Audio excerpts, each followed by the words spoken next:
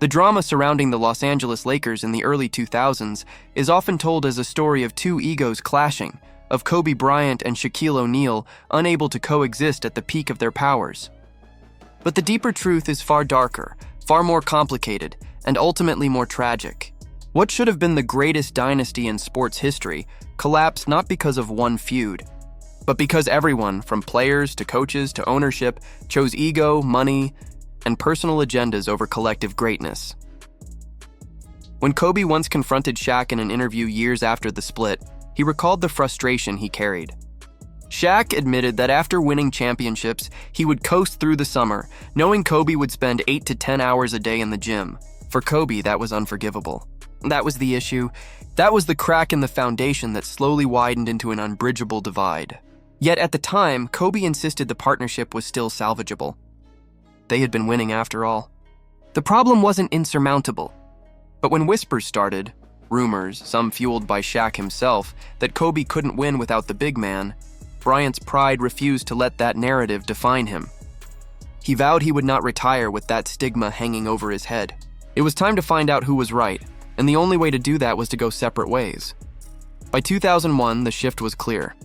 Tension had always existed, as it does in every great team, but now it became something more corrosive. It wasn't just competitiveness anymore. It felt like one star was standing in the way of the other.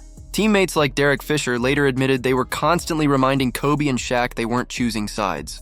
But even neutrality couldn't hold the cracks together forever. The pressure built, and so did the resentment. Now imagine this. LeBron James in his prime, paired with a dominant Shaquille O'Neal. Do you think he would have let that go? Do you think he would have sacrificed potential rings to prove a personal point? That's the heartbreaking reality of the Lakers. They had two of the greatest players in NBA history, both in their primes, alongside the greatest coach the league had ever seen. They won 3 straight titles and should have won 6 or 7.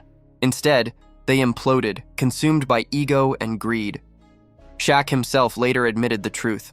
He was asked if he and Kobe had the wisdom back then that they eventually gained later in life, how many titles they could have won. His answer was simple: 7. The man wasn't wrong. He even confessed that the real reason he was traded wasn't about the feud with Kobe, but money. Management wanted him to take less, to accept a smaller role, but his pride refused. He demanded $150 million, and when he didn't get it, he left. In hindsight, Shaq admitted he should have asked the Lakers what they wanted.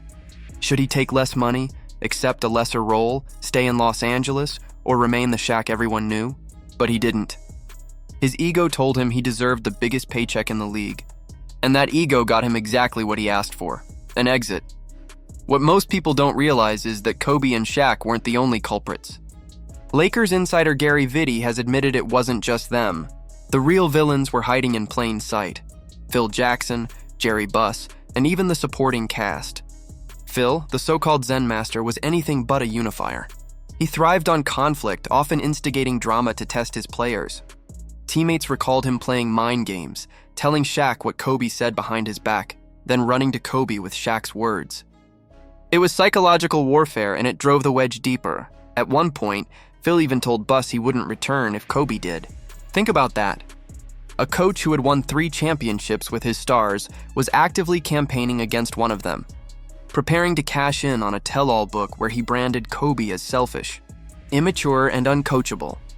Meanwhile, Jerry Buss, the owner celebrated as one of the greatest in sports, made his choice. He sided with Kobe not out of loyalty, but out of financial logic. Shaq at 32 was still dominant, still capable of putting up 28 and 10 every night, but Buss didn't want to commit max money to an aging center. So he let the feud become the scapegoat. Let Kobe and Shaq tear each other apart publicly while quietly plotting to save money. Buss told Shaq point blank, "Go get your money in Miami. Kobe is the future." That was the dagger. The dysfunction hit its peak in 2003 and 2004. Shaq showed up to training camp out of shape again, something he had done before, and it infuriated Kobe. Karl Malone, who joined the Lakers that season at 40 years old, told Shaq he should be embarrassed to be outrun by a man his age. Shaq shrugged it off.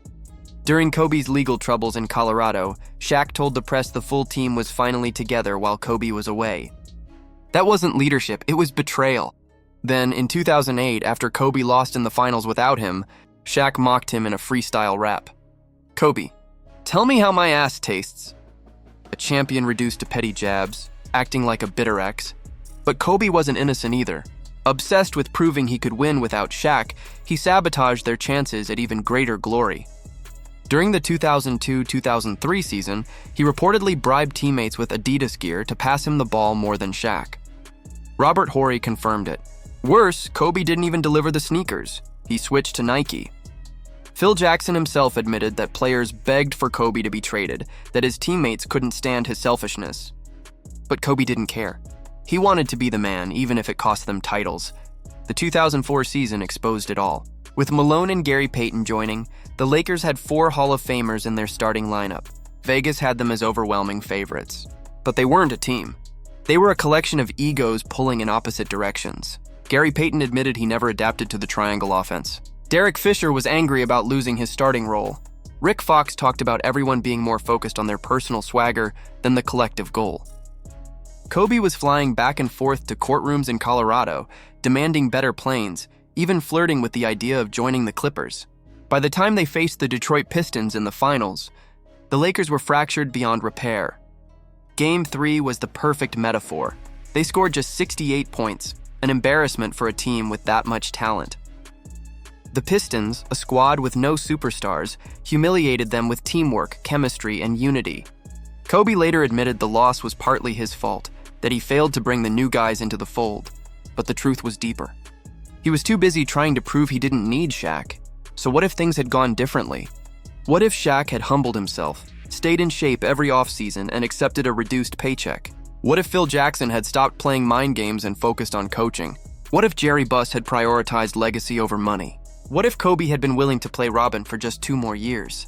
The Lakers could have won in 2004, 2005, maybe even 2006. They could have matched or surpassed Jordan's Bulls. 8 championships, maybe more. Instead, they destroyed themselves. Pat Riley once coined the phrase, the disease of more. After you win, everyone wants more. More money, more shots, more credit, more power. The Lakers were the ultimate victims of that disease. Shaq wanted more money. Kobe wanted more recognition. Phil wanted more control and a bigger payday from his book deal. Buss wanted more profit. Even the role players wanted more minutes and more respect. Everyone failed. Years later, Shaq admitted they weren't really together, and you have to be together to win championships. That was the truth. It wasn't just a feud. It was an organizational collapse, a collective failure. And the reconciliation story fans love, the one where Shaq and Kobe finally patched things up, only happened after tragedy. At Kobe's memorial, Shaq wept, admitting he wished he had called, wished they had fixed things earlier.